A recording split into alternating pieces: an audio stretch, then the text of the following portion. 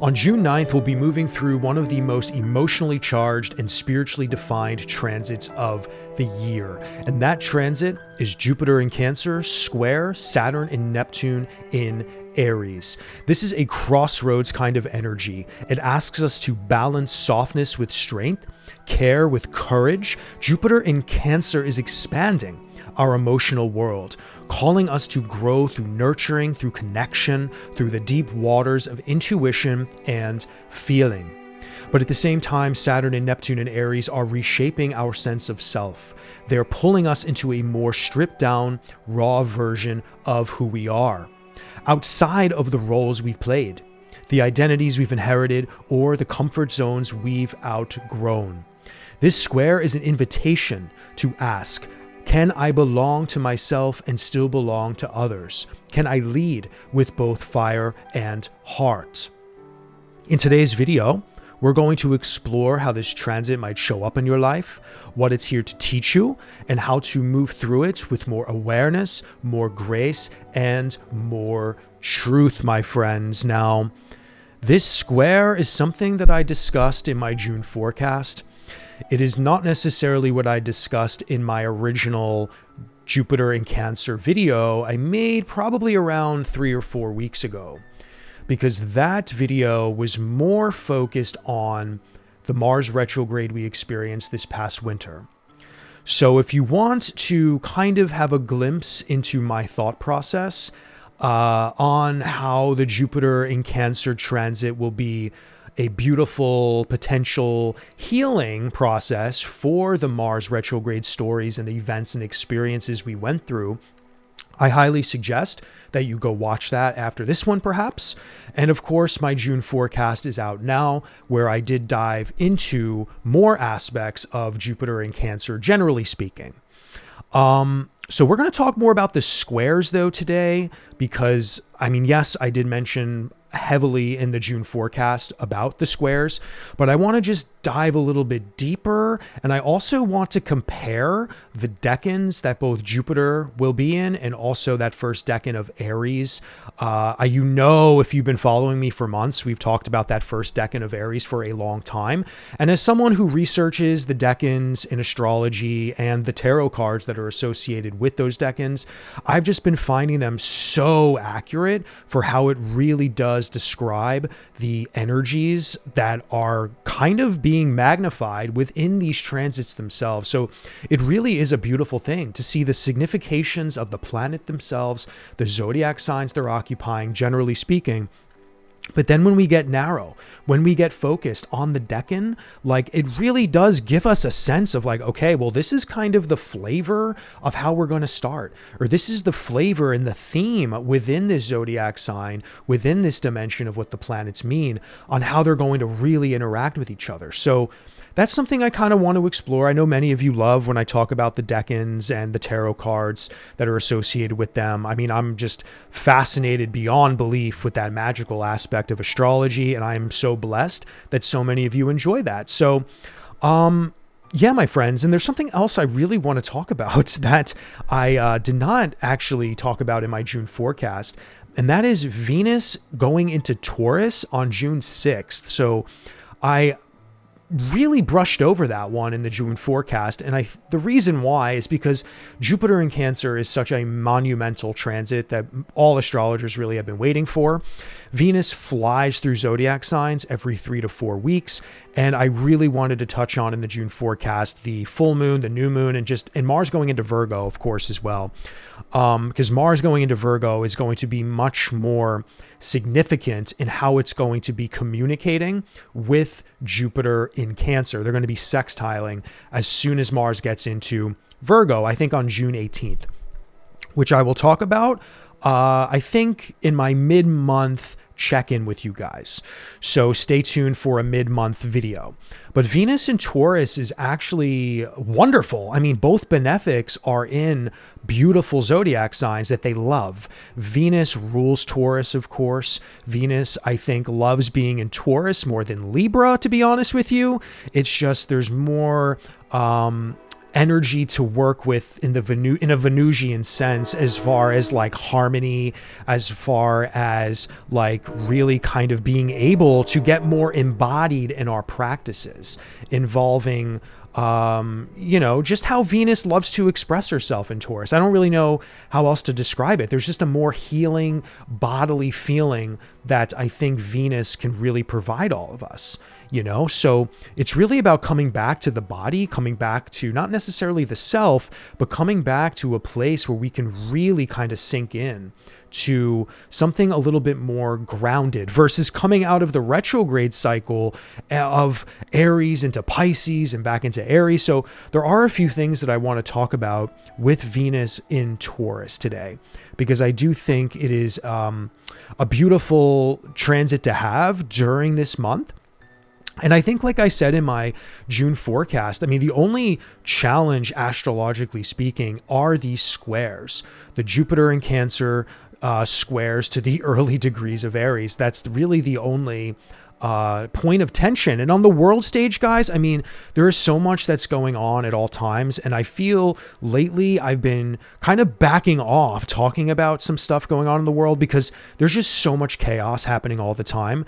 And a lot of that stuff is kind of playing out in the macro themes of what this astrology really represents. Like Saturn and Neptune are going to completely amplify how structures around the world are going to slowly get dissolved, because Pluto in Aquarius and Uranus in Gemini, when they trine for these upcoming years, that's really when the new world order, if you will, and I'm not saying that in some crazy sense. I'm just saying that in a way where it's like, okay, I think the stuff that we're dealing with now and all the chaos on the world stage is going to kind of swing the other way. And I think the rise of what the people actually want in this world, most people actually want in this world, are going to slowly start dissolving those old structures. So I'm sorry for anyone out there who thinks what's going on now is the best thing since roses and cherries. But the reality is that Pluto in Aquarius always invites in revolution, and that always involves the well-being of all people. And right now we're seeing a lot of the opposite of that, if to be honest. We're seeing a lot of things that involve segregation and a lot of othering and a lot of hate. Okay, and a lot of war, mind you, as well. So nobody is safe around the world as far as the government influences on their people, on their dominating tendencies, on their fascist tendencies, on their authoritarian tendencies, and their greed and corrupt tendencies, okay? So the pendulum will swing the other way. It's just how much kicking and screaming will happen before that happens. So I'm hopeful, my friends, and I think Jupiter in Cancer, like I said in my June forecast, is the life raft. Is this life raft for emotional healing, nurturing, expansion, and for people to maybe put aside their differences to wake up to how can we really support each other versus hate each other and separate each other. Okay. And that may sound difficult for a lot of you who are very involved in politics right now, but I am making a vow that I want to stick to the astrology as it is unfolding and how we can use this astrology to carve a better path in our own life and carve a better world. Because without these more optimistic intentions and beliefs, then the world will continue to crumble. So we cannot fall to the ground and succumb to the evil of the world and those influences of the world. So I hope that we can look at possibly Jupiter squaring Saturn and Neptune as maybe this moment where we can understand more deeply our own emotions. And of course, the house topic theme of life Cancer is please let me know. And of course, Aries, that part of your life as well. Please let me know where Aries is. I know I asked you guys in the June forecast to let me know where that stuff is.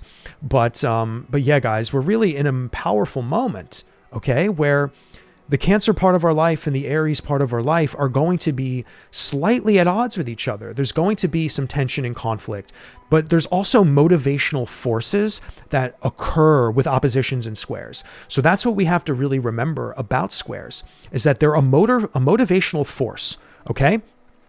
Now, I actually want to talk about real quick what squares actually are, and I definitely want to get back into and circle back to Venus and Taurus, okay? Because I have a few talking points on Venus and Taurus. I don't want to go on and on and on and on about it, but to me, I feel for the month of June, that's actually a beautiful transit to have, okay? It's the other benefic, it's the lesser benefic, Jupiter is the greater benefic, and, you know, Venus, like I said earlier, it really wants us to find more harmony within our body. It wants us to kind of come back to the self, and not like the identity self like Aries, because that was a very fiery type of Venus, if you ask me, where there was a lot of passion and assertiveness and desire that I think we were all striving for and longing for. And as you watch this video, I mean, we're at the tail end of Venus and Aries, but Venus and Taurus is going to ask something different. And I think with Jupiter in Cancer, that's going to be a really nice additional element to kind of maybe help us through the month of June as these squares are unfolding to their early degrees of Aries with Saturn and Neptune. But before I go on, my friends, I really just would like to pause the video for one moment to just say that if anyone new is watching this channel of mine or this video, I would love if you can consider subscribing to the channel, liking the video, hitting that notification bell, my friends. All that stuff really helps the channel's growth, and I would love for you to join this beautiful community on this journey that we are all on together in this very powerful moment in time. My name is Joe Theodore. I'm a consulting astrologer and teacher of astrology and various other esoteric things. And I really try to have a grounded, practical approach to my work while also adding those woo elements that I so love dearly, like the Decans and the tarot. Not that that's woo or anything, but, you know, I feel, you know, staying grounded and practical is actually very important right now. We have to stay in our bodies. We have to be focused, but we also have to recognize the power of spirit, the power of the divine, and how fate and destiny will have its way with us, whether we like it or not. But how can we approach this consciously, psychologically sound, but also in the spiritual warrior essence? So yes, my friends, if you're new, I hope you can subscribe to the channel and join us here. That being said, I usually add a couple of announcements for these middle chunks of the video. If you'd like to book readings with me, please check out my website. July will be booking up soon. I have a lot of dates in July. June is not available. So book up, start booking up and planning your schedules for July if you would like to connect with me. I mean, Uranus is going into Gemini in July. Jupiter will just be a month into its transit. This is no better time to get a reading. And I would just love to meet you and help you through whatever you are going through and whatever you would like to talk about, you know? So yeah, definitely go to some links down below and check out my website if you would like to learn anything else about how to book readings with me and how my readings are designed. So that all being said, my friends, I want to talk more about this square going on this month. And I also want to talk more about Venus going into Taurus. All right, my friends. Well, I want to talk about first, what a square actually is. Very quickly, for anyone who is new to astrology, please bear with me if you guys are masters out there of astrology. But, you know, I just want to explain really quickly what a square is, because I think a lot of us get all messed up about what squares and oppositions are. And I think we freak out when we see them coming in our natal charts. And I do not like fear-mongering astrology, because without squares and oppositions, we would not learn a damn thing, okay? So a square occurs when two planets are approximately 90 degrees apart. That's baseline knowledge of a square in astrology. Now, some key characteristics of a square is it's a modality of clash. So usually occurs between signs of the same modality, cardinal, fixed, or mutable, but different elements, which leads to tension. So that's why there's tension, because you have, you know, differing elements that are just not vibing with each other, you know? Fire, water, earth, and air, okay? Those are the elements, of course. Now, squares are tension and conflict. Okay, baseline, that's also part of the deal. This aspect is considered challenging or hard, symbolizing friction, obstacles, or inner conflict. Without any of those things, no matter how small that is or how big that is, we will not learn anything during our evolutionary journey here in this incarnation in this time of our journey on planet Earth. Okay, so without tension or conflict, without a moment of self-reflection, without without a problem to solve, whether emotional, spiritual, or physical, we would not learn for a future event or circumstance to come. So we need these squares to learn, to get stronger, to get more aligned. Okay, and that is just part of what squares are about. Okay. This is really important to remember. Squares are motivational forces, okay? Despite its difficulty, a square pushes for growth and action, okay? Action. We need to be taking actions in our life in order to grow, in order to solve problems, in order to expand, okay? So it brings issues to the surface that must be addressed. And this is a great thing, my friends, okay? We have to get more strong in the realm of squares and oppositions and we really need to meditate into them. We need to find that stoic Zen Buddhist in us all. We need to learn how to sink in and to be very present with challenge. And in this case, it'll be Jupiter in Cancer, the house topic that Jupiter is for you. Please let me know once again. And Aries, okay? Now, squares are dynamic energies. Unlike softer aspects like trines and sextiles, a square forces confrontation and development. Again, confrontation is a scary word, but all that means is meeting life where life meets you. That is so important for growth, okay? So, something I want to now discuss with this square. Jupiter in Cancer squaring the early degrees of Aries. Emotional depth versus lessons of selfhood, okay?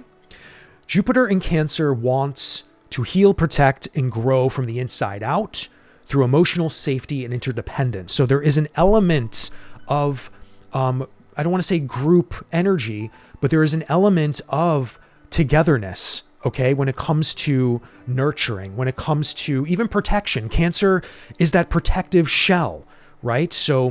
And we need that shell to nurture ourselves and to nurture others.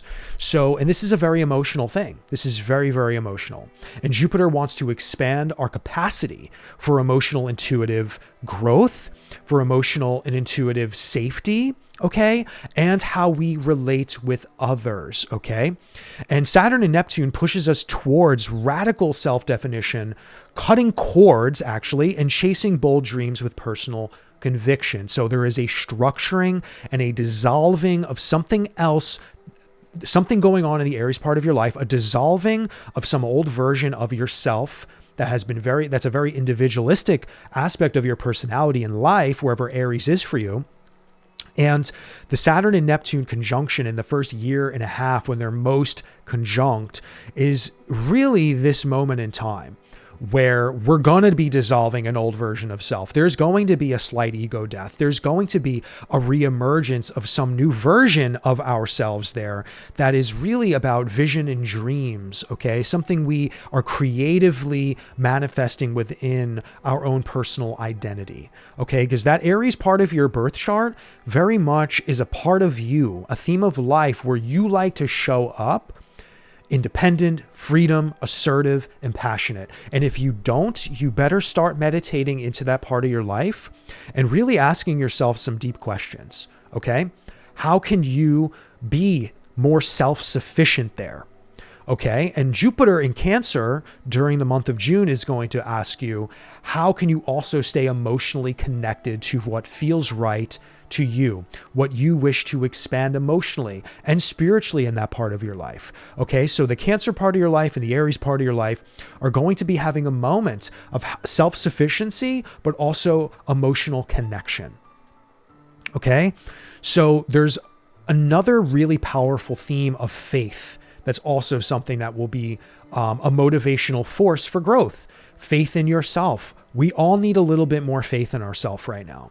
We need a little bit more faith in the world. And I know that's really fucking hard to hear, but we need more faith that people that want to do good in this world or people that have done wrong in this world have an opportunity to change course and to really move in a new direction.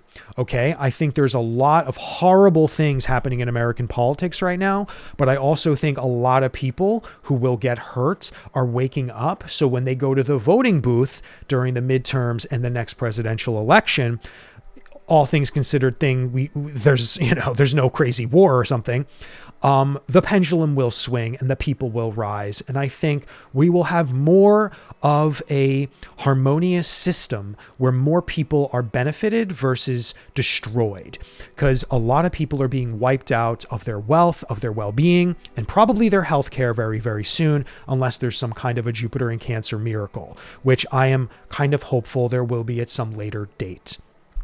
But faith in ourselves, faith in others. This is very important. Jupiter rules faith and expansion. In Cancer, it asks us to trust in emotional bonds, in our emotional system within ourselves as well. Saturn in Aries challenges that by insisting on radical self-responsibility, and no one's coming to save you. Neptune dissolves the ego and invites spiritual selfhood. Okay, so identity that goes beyond old labels. So we are really we are in one of the most transformational times in history, guys.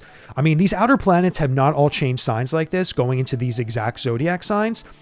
I don't think in 30,000 years, and I'm not even joking, when you go back in the astrology softwares, there's no time in recent memory for tens of thousands of years where this alignment has happened. And there's no way of knowing what civilizations were doing that long ago. But we are in a massive age of transformation of who we are as people, who we are as individuals. The age of AI is also shaping, massive philosophical questions around what does it mean to be a human.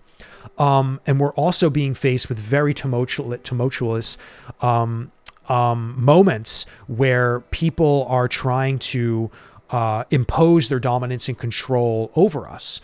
But we are now all rising to the occasion to fulfill our missions, though, and we all have to show up in the best way that we can assist this ascension, if you will, not to use that new agey word, but like there is really actually an ascension happening. Like we are ascending in some kind of new path forward. And Pluto in Aquarius really is to thank for this, but Uranus and Gemini is going to accelerate that.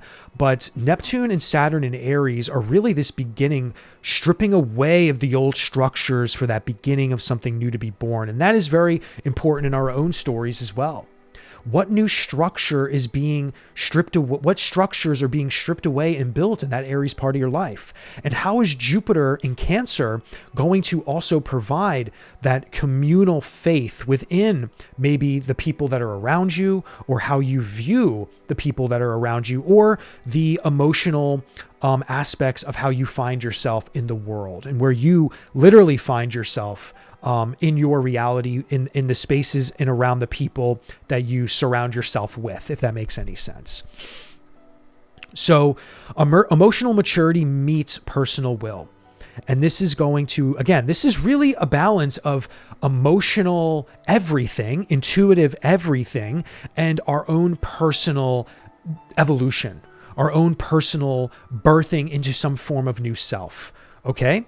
So now, really quick to kind of close off some talking points here is the first decan of Jupiter, the first decan of Cancer rather, is Venus, and that is ruled by the Two of Cups. And the first decan of Aries is ruled by Mars, which is all about the Two of Wands. Okay, so the Two of Cups is really about partnership, emotional connection, and mutual attraction. So there's going to be, again, Jupiter, these first weeks, this first month or so, while Jupiter is transiting in Cancer, there is actually a heightened emphasis on harmonious connections. Okay, so, and that is going to be challenged by a Two of Wands energy ruled by Mars, which is really actually all about considering new paths and opportunities. So there really is a conflict around harmony, unity, and balance, and how we are trying to self-assert ourselves and really come into the Aries part of our life in some really, really profound way. So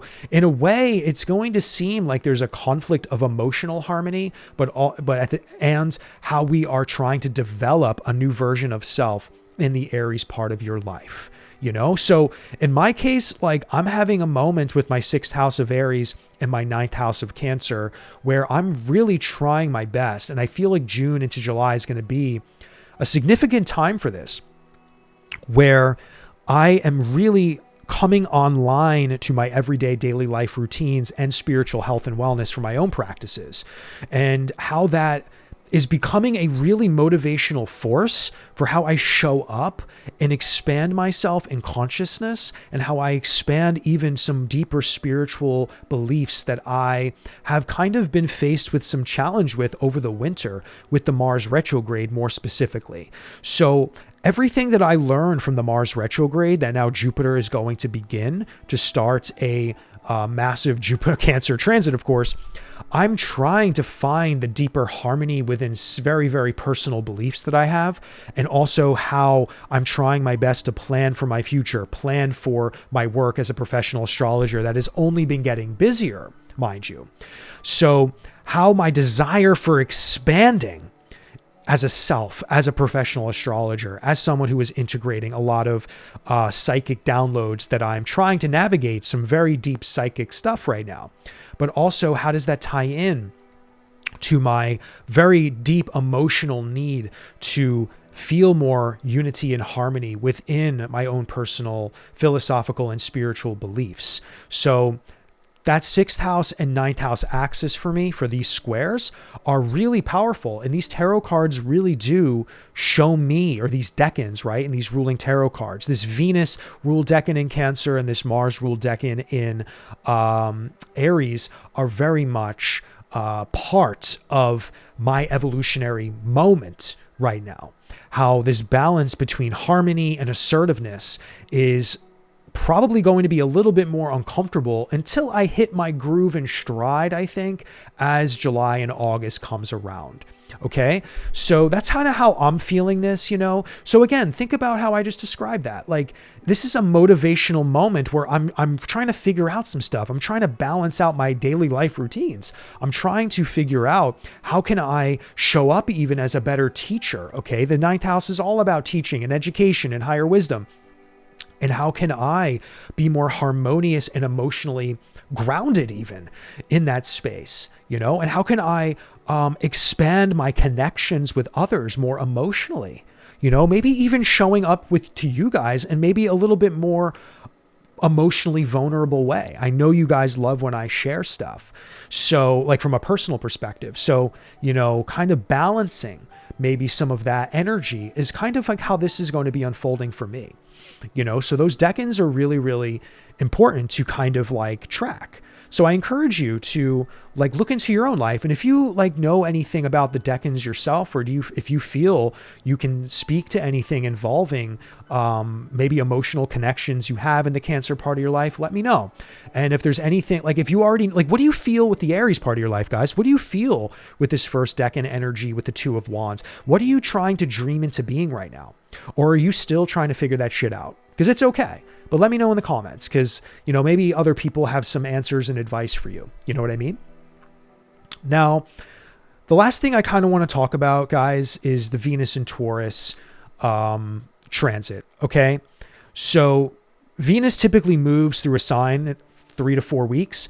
And there was a 6-month period about when Venus entered Pisces, got into Aries, retrograded at 10 degrees Aries, back into Pisces, and then moved all the way through Aries. And at the time that you're watching this video, Venus is still in Aries for a couple more days. Okay, June 6th is when Venus gets into Taurus.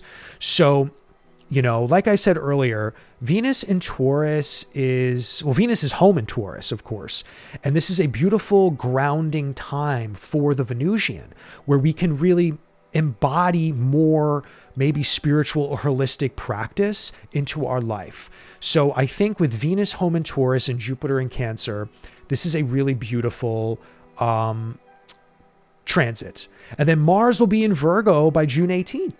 So we're going to have Mars also in an earth sign. So this is really where we get grounded, my friends. Okay, so grounding, one talking point is grounding after fire and water return to the body. So that's exactly what I said in the beginning of this video: return to the body, embodiment practices, getting more harmonious with our own needs as far as holistic practice or holistic desires. Okay. Venus and Pisces and Aries brought emotional depth. Pisces, impulsive, identity-driven passion. Aries, now in Taurus, her domicile, Venus seeks embodied pleasure. Okay, peace, sustainability. That's another massive word, sustainability. So here's a message to you. It's time to integrate what you felt and fought for in your physical world. Integration time, my friends, in the Taurus part of your life.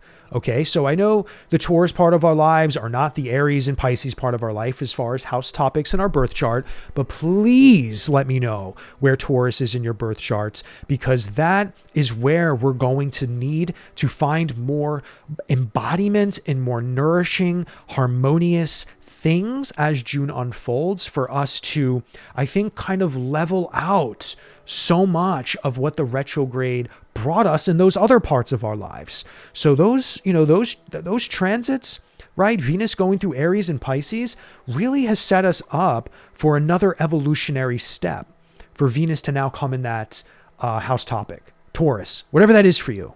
Okay.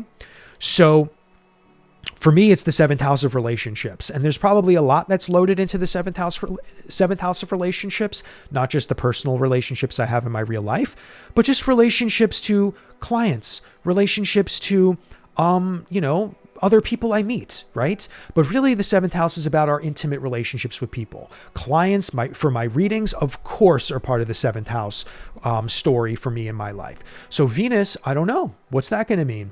Maybe I'm going to get a lot more Libra risings or something, or maybe more Taurus risings in my life. Maybe there's going to be more of an emphasis on how I show up for people in a more embodied way. I don't know. I mean, I come to my clients fully aligned every time, but the thing is Venus in my 7th house could bring me another dimension, okay, of grounding and returning more into my body. Or Venus in Taurus can maybe is trying to tell me, hey, Joe, you need to get real serious on your spiritual and psychic hygiene.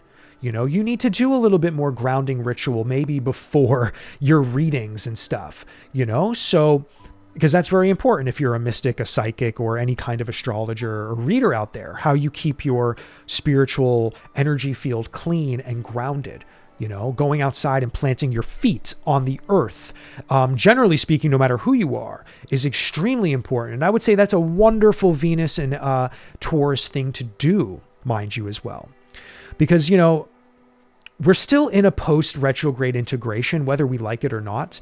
The official integration phase ended like mid-May, but as we get into Taurus, because we're dealing with such a beautiful fixed earth energy that Venus rules, this really could be that final chapter for integration, healing, harmony within the body.